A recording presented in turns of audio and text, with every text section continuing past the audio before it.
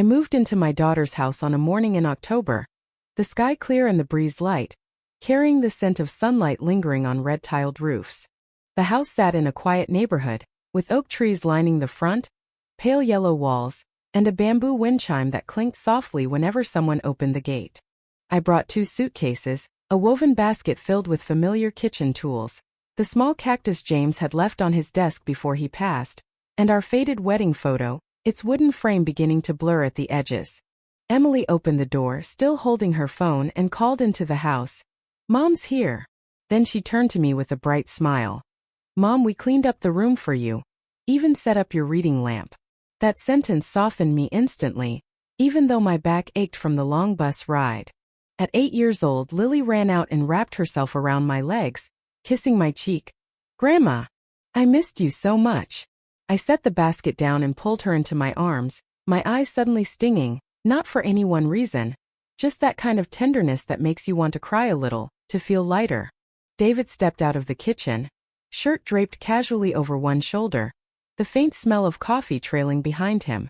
He nodded at me with a soft smile. "Hi, Ma. Let me get your bags." His voice wasn't warm but not cold either, the kind of voice people use with someone they've known a long time but no longer know well. I smiled and nodded back. That may be enough. My room was on the ground floor, facing the small backyard where a few rose bushes had just started to bloom. On the nightstand was a small photo of James that Emily had reprinted. I recognized it right away. He'd taken it with a film camera, I in a white button-up shirt, standing beside him in front of an old bookstore. That one detail told me she'd been paying attention. The first few days passed like a wordless melody. I woke early to make breakfast, brewed coffee for everyone, walked Lily to school, then stopped by the market for eggs, milk, and fresh greens. I often baked banana bread or simmered chicken soup in the afternoons, since Emily usually came home late and David always looked worn down from work. I felt useful, and that feeling for a widow saves you from drifting. Emily worked as a freelance accountant, mostly from home, tapping away on her laptop on the balcony or in the bedroom. A real estate agent, David, was constantly moving but earned inconsistently. They told me things had been hard lately. School fees for Lily were high, and rent had gone up, so when I offered to move in, they were relieved. I didn't ask for details. I just thought, it's better to be with family than alone. Every night, after cleaning up, I'd water James's little cactus out back. It was still thriving, growing a bit taller each month, its short spines just beginning to sharpen, looking well-behaved, like a child that had figured out how to live quietly in a small space. I never told anyone, but I saw myself in that cactus, not asking for much and just needing a corner with light and peace. Lily clung to me constantly. Whenever I told her a bedtime story, she'd whisper, "You tell them better than Mom does." I'd smile, rub her back, remembering when Emily was little, her hair a mess from rolling in her sleep, pacifier in her mouth, and those wide, bewildered eyes. This house had the sound of children, the hiss of boiling water, the smell of food, the click of doors opening and closing, and the soft shuffle of slippers on tile, things I thought had vanished when James did. While I was doing the dishes one evening, Emily wrapped her arms around me from behind and whispered, "You know, since you moved in, the house feels so much lighter." I didn't say anything. I just rinsed the last plate. The hot water reddened my hands, but inside I felt calm. I thought I would live like that forever, quiet, helpful, and never a burden. But back then, I didn't know that anything useful, if not paired with appreciation, would eventually be taken for granted. And what's taken for granted over time turns invisible. But that was later. At the time, I still believed I was an indispensable part of a household that needed me. Everything began with the smallest things. A toilet paper roll running out unexpectedly, a box of cough drops Emily forgot to buy, and I was going out anyway, so I picked some up. Then came the electricity bill, unusually high that month, which David placed on the kitchen counter one morning as I was making tea. No one said a word, but no one took it either. I opened the drawer, pulled out my card, logged into the banking app, and paid it automatically. That afternoon, no one mentioned the bill again, but Emily smiled and said my soup tasted just like when she was a kid. I told myself it's fine. But those "it's fine" moments repeated more often than I expected. A month later, Lily's bike needed new tires. David said, "Bonuses haven't come through yet, maybe next week," while I rinsed rice. That night, I went to the ATM, withdrew $160, and slipped it into an envelope labeled, "For Lily's safety." The next morning, I left it beside the water dispenser. David said nothing. Emily sent a heart emoji. I wasn't expecting thanks, but part of me started missing the way James would look at me longer than necessary to say, "You carry too much for me." Bit by bit, I became the one who filled the in-between of every expense, the parts no one wanted to deal with. I drops, printing costs, fixing the printer, buying a new desk lamp, and snacks Lily liked. I went to the store, paid, and left the receipt on the table. No one took it. I started tucking them into a notebook, not to ask for reimbursement, to remember how I had been living.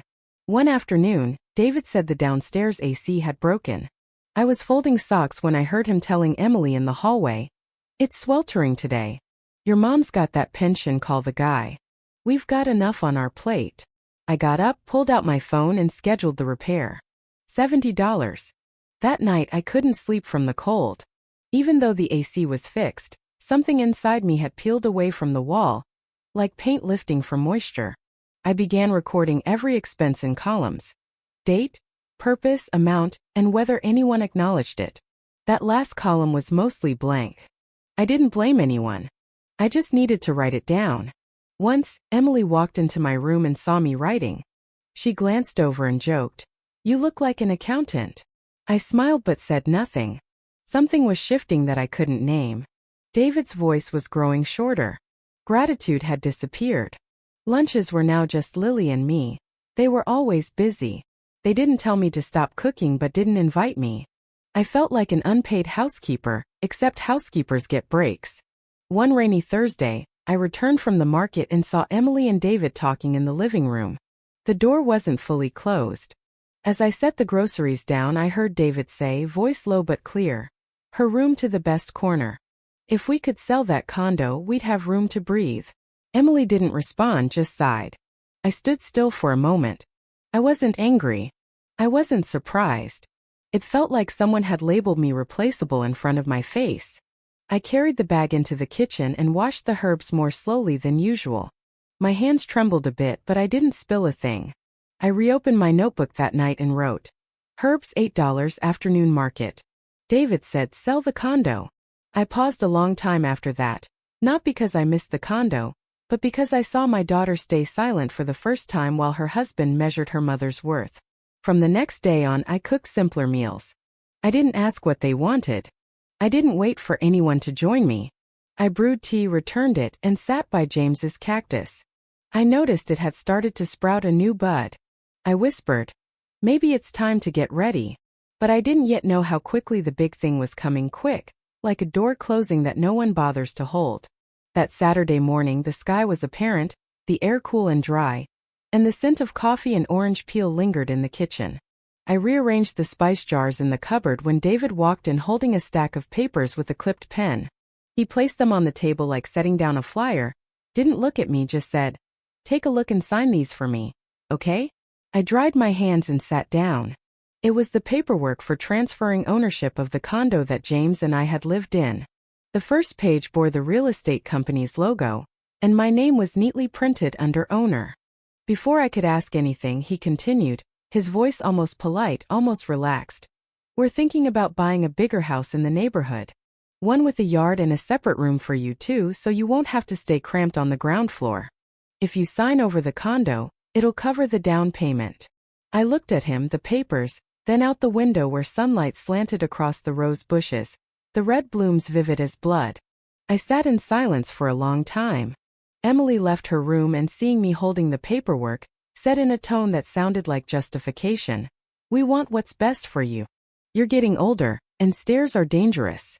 It'll be much more comfortable with your room and private bathroom." I didn't answer. The first thought in my head was, I never said I was uncomfortable, but I didn't say that out loud. I placed my palm on the table and it was damp with sweat. David leaned against the kitchen counter, still holding his coffee. I remembered the morning before, when I sliced an apple and the knife nicked my hand. It didn't hurt much, but the blood soaked into the towel. I bandaged it and didn't tell anyone. This pain was like that, small but deep. Emily pulled out a chair and sat across from me, her voice soft. "Don't think too much about it. It was your and Dad's home, but it's just sitting empty now. Selling it would help, and you wouldn't have to worry about expenses. She said it like discussing the price of bread. I looked up and met her eyes. I've never needed anyone to worry about my expenses. My voice was low but clear. David raised an eyebrow. Emily fell silent. I stood up, took the papers, and walked to my room. No one stopped me. After washing the dishes that night, I searched Google for sole ownership condo rights. There were many results, but I chose a free legal advice site. I called. A woman answered, her voice calm and patient, asking my name, address, and the reason for the call.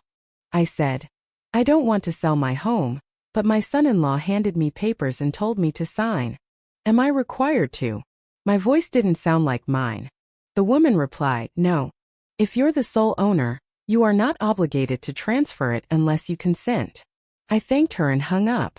I wasn't shaking, just cold. A chill from deep inside my chest. I sat in the dark for a long time, then turned on the desk lamp, opened my notebook and wrote.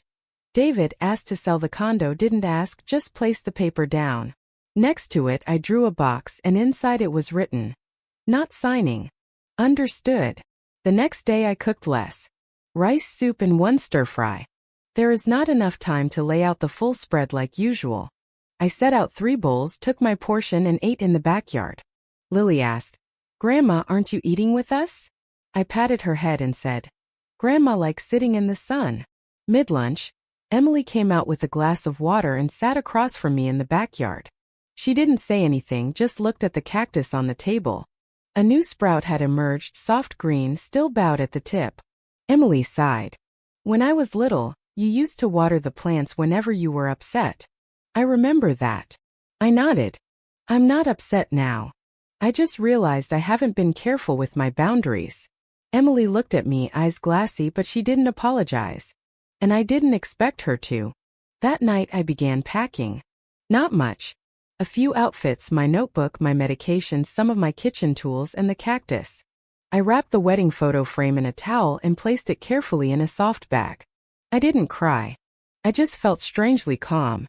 On Monday morning I set my suitcase by the door. When Lily woke up, I hugged her and said, Grandma's returning to her old home. You can visit anytime you like. She clung to my hand and asked, Why aren't you staying? I said, Because some things if I stay I'd lose myself. I texted an old friend to help call a taxi. David didn't come out to see me off. Emily stood at the door, holding her child's hand, eyes full of confusion. I didn't blame her. But I knew. If I didn't leave today, I'd never truly be myself again. On the ride back to the old condo, I sat silently behind the wheel of the young driver, watching sunlight fall across the pavement like a golden dust. Something inside me shifted. Not anger. Not regret. But a new kind of clarity, like waking up from a long sleep filled with familiar dreams. I woke up earlier than usual. The sky was barely light. The birds on the fence hadn't yet found their voices, and I hadn't slept an hour. My mind wasn't racing. It was like a still lake hiding a quiet current underneath. I went to the kitchen, turned on the small light, and boiled water. No one else in the house was awake. I set out 3 ceramic cups on the table, placed a pot of mint tea in the center, and added a plate of cookies. Everything was neat, just enough, not more, not less. My hand still carried the faint scent of dish soap from the night before, but I didn't wash it off. I wanted to remember this feeling. The preparation for something that could no longer be postponed. When Emily came downstairs, her hair still tousled at the nape, she raised an eyebrow. Wow, Mom, you're up early. I smiled softly. I have something to say. Jack followed in an oversized t-shirt, hair pushed to one side, yawning like a man walking into an uninvited meeting.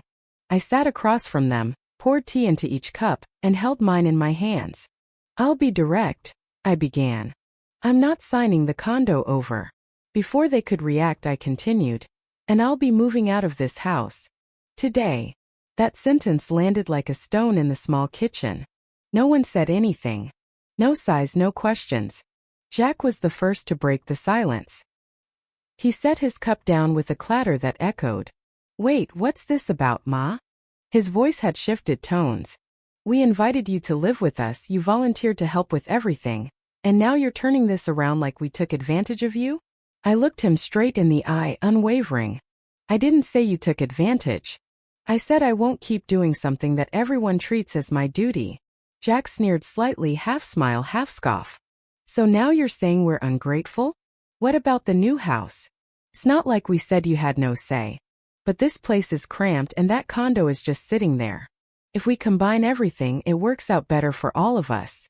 Emily interjected quickly, awkwardly. He just means the new place would have a room for you, a bigger space, even your bathroom. I looked at my daughter. Her eyes shimmered with worry. But what I saw in them was something deeper than concern. Fear of losing the convenience I brought. Do you know, I said slowly, every time I paid a bill I told myself, it's fine just this once. Then came the next time. And the next. But not once did anyone ask if I had enough. Jack shot up, arms crossed, clearly frustrated. So what do you want now? An apology? To keep the condo just for yourself? You plan to live alone forever? What about Lily? About Emily? I didn't answer. I didn't argue. That line, you plan to live alone forever, cut through the quiet inside me like a blade. I placed my teacup down. My hands were damp, but they didn't shake. I plan to live alone for as long as I can still be myself. Every day I've lived here has chipped away at me. Piece by piece, meals, bills, and school pickups. No one calls me anymore. Just the one who helps. Emily bit her lip. Don't say that. I love you. I'm not good at showing it. I nodded. I know. But love without respect is just a beautiful coat that doesn't keep you warm. Right then, Lily came downstairs clutching her teddy bear, rubbing her eyes. Why's Mom crying? Where's Grandma going? The three of us turned. Emily rushed over to hold her. Jack looked away, awkward. I crouched down and stroked Lily's hair. Grandma's not going far. Just back to the old house. The one with stairs, a small kitchen, and the cactus I planted with your great-grandpa. Grandma needs a little space. Lily nodded solemnly, then grabbed my hand. You'll still tell stories, right? I smiled. If you call, I'll tell them. I stood up and didn't look back. Went upstairs to pack. It didn't take long. I'd been ready since Jack said, her room takes up my workspace. If only we could sell that condo, we'd be set. I placed the cactus into a basket lined with a towel, gently brushing the new sprout. It had straightened, prouder than the week before. Just like me now, not loud but certain. Before I stepped out, Emily followed, eyes red. You really can't stay? I'm sorry if we did anything wrong. I looked at her, said nothing at first. Then placed my hand on her cheek. You didn't do anything wrong. But I shouldn't keep being right in a way that makes me disappear. The taxi waited by the gate. I opened the door and got in. Jack didn't see me off. He stood leaning against the doorway, phone in hand, face unreadable. As the car pulled away, I looked out the window and watched Emily grow smaller in the morning sun. Beside me, the cactus leaned slightly, its new sprout trembling with each bump in the road. I whispered to it, we've gone far enough. Now it's time to go home. My apartment was on the third floor, with old concrete stairs and red-painted railings peeling in patches. Each step echoed like a soft knock on my door as I climbed. The apartment opened into the scent of old dust and a hint of dampness, not overwhelming, just enough to stir a memory of a life that had once been folded away.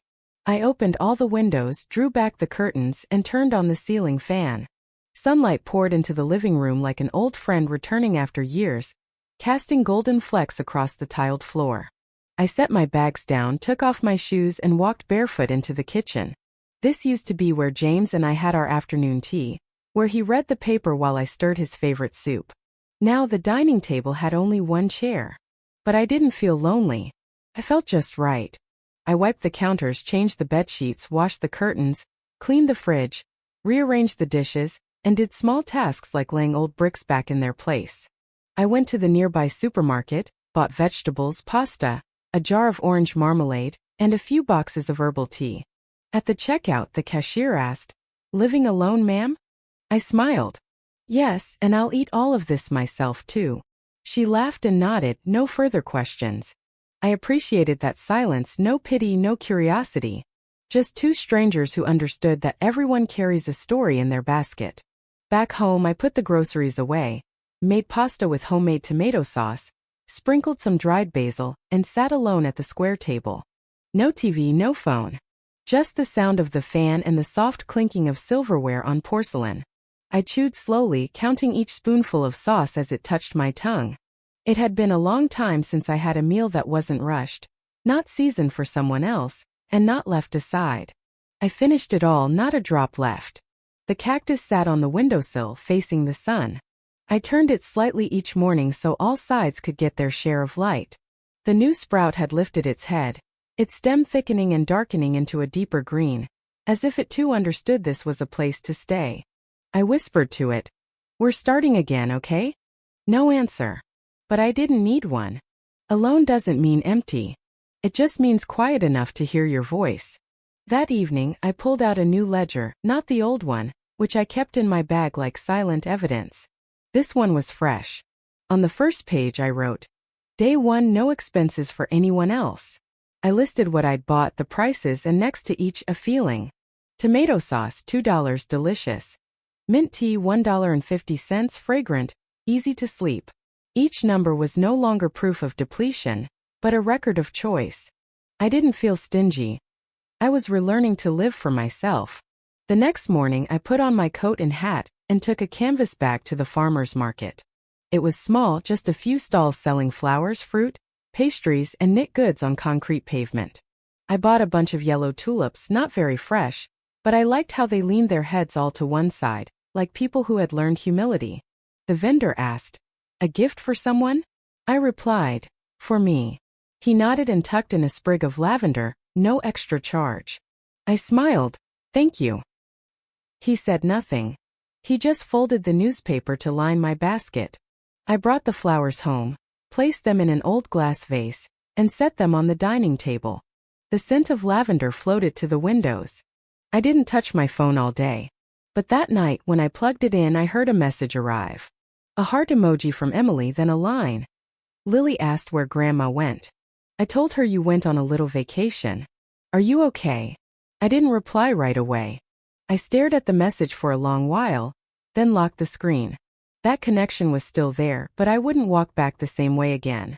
If I did, I had to be sure I wouldn't be bending down to do it. That night I turned on the kitchen light, boiled water, made a cup of tea, and picked up the book James had left unfinished. A novel about a widow who lived by a lake, kept a dog, grew herbs, and didn't care much for clocks. I read to page 10 before dozing off, hands still resting on the spine, the taste of mint lingering on my lips. For the first time in months, I dreamed a dream with no bills, no kitchens, and no one calling my name because they needed something. Just me. Sitting by the cactus in the sun, no one is waiting for me to come home early. I don't remember exactly when I chose that cabin, only that one morning, while searching for detergent prices, I somehow wandered into a section labeled Quiet Places for Single Travelers on an old booking site. The first photo showed a slanted roof wooden cabin by Lake Michoacan, a low white fence, and a single hammock strung across the porch. Beneath it read, "No phone signal, no TV. Meals included." I didn't think twice. I picked the dates and transferred the money. $218 for 3 nights. When the booking confirmation appeared, it felt like signing a contract with myself. I would step away from all roles, all functions, all habits of serving others, if only for 3 days. I packed light, just one small suitcase. Inside it, a dusty sketchbook, a short pencil, 2 simple outfits, a gray towel, and a turquoise swimsuit I'd bought 4 years ago and never worn, because there had never been an occasion. I also brought a small photo of James and me on our wedding day, not to reminisce, but to remind myself that I once lived a vibrant chapter. I sent Emily a short message. "Mom's away for a few days. Don't worry. I'll text when I'm back." Then I powered off my phone. At exactly 8 a.m., I boarded a small mountain bus. The seats shook slightly, but the windows opened, and the wind hitting my face felt like an old familiar comfort. I didn't talk to anyone the entire trip. I just stared out the window, watching pine trees crisscross with clouds and rooftops shrinking behind us like memories folding away. The cabin wasn't much bigger than my old living room, but it was warm, clean, and carried a faint scent of mint. as if someone had deliberately infused the space with quiet. A young woman named Lydia handed me the keys and asked if I needed anything. I said, "I need 3 days where no one says my name." She smiled. "Then you've come to the right place." I hadn't expected to be understood so quickly.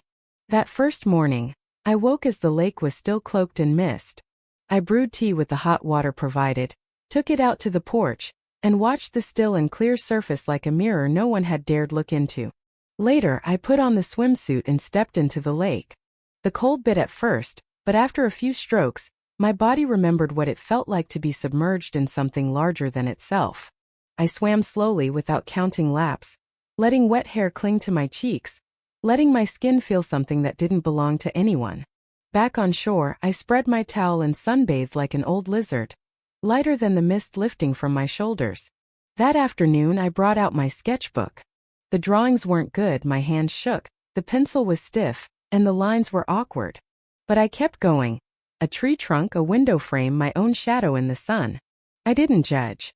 I just let my hands follow the feeling. That night, I ate a meal someone else had made. Butternut squash soup, toasted bread, and a glass of lemon juice. I didn't have to clear the table or guess who liked or didn't like what. I just ate, tasting warmth moving down my throat. Then I went to my room, turned on a soft yellow lamp, and read a half-finished book under its gentle glow. I slept in a room without footsteps, without early doors opening, without anyone asking, "Mom, where's the card?" That sleep was so deep I forgot even my dreams. On the second day, I didn't swim.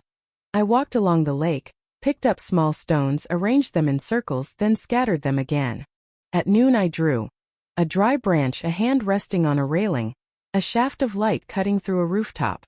I realized I was slowly returning, not as the helpful mom, the wonderful grandma, or the self-sacrificing woman, but just as an ordinary woman sitting alone under the sky, and feeling that was enough. I didn't want to become anything anymore. I just wanted to be myself completely. On the morning of the third day, I turned on my phone. It buzzed incessantly like something desperate to be noticed. More than 20 messages from Emily, Lily, and Jack. I didn't read them. I deleted them all. Not out of anger, but because I didn't want any other voice intruding on these 3 days I had kept solely for me. When I returned, I brought back a photo from a Polaroid camera. In it, I was laughing loudly, holding a burnt, flat piece of bread, standing on the porch with the sun fading my back into the sky. I had forgotten what day it was. And I thought, if I could live like this a few days each month, maybe I could grow old peacefully. I returned home on a Monday afternoon, sunlight slanting across the balcony and stretching over the tiled floor in long rectangular patches. The apartment was just as quiet as when I'd left it. Now the cactus had turned its head toward another direction, as if it had learned to seek light without being reminded. I set down my suitcase, washed my hands, and boiled water for tea. As the kettle whistled, my phone began to buzz. Message after message, popping up like the anxious breath of someone panicking. From Emily. "Mom, I'm sorry for the silence." Lily's sad. Then in a voice recording, Lily's tiny voice murmured, "Where did you go, Grandma? I drew you." Along with it was a photo of a scribbled drawing, an older woman with silver hair standing in front of a house with flowers. Jack's message was curt. "What you did wasn't fair." I read each message. I didn't cry. I didn't smile. I printed them out one by one and placed them into a new folder. On the cover I wrote what they said and what I didn't reply. Not to dwell on it. Not to tally faults. I want to remind myself that silence is also an answer. That weekend I transferred the money I used to reserve for groceries into something else. A deposit for a beginner's Mediterranean cooking class, $1,840. I printed the receipt and tucked it into the folder. I bought a train ticket to Santa Barbara one way, but there was no return date. I planned to rent a small room near the beach, read in the mornings, and walk in the afternoons. The mother in this story doesn't want repayment. She's not tallying dollars or waiting for apologies. What she wants is simple: to be seen, to be called by name with respect, to live as herself, not as a wallet, not as a shadow, not as a convenient place to dump responsibility. We often say we love our parents, but forget that love isn't enough if we never stop asking, never listen, and never set boundaries. This story is a quiet but resonant bell about dignity, awakening, and the courage to walk away, not out of anger, but because you finally believe you deserve more. Leave a comment if you see yourself anywhere in this story. An invisible mother, an oblivious child, or someone learning to love well. We'd love to hear your thoughts. And if this story meant something to you, don't forget to like, share, and subscribe for more everyday stories that might make you rethink what truly matters in life.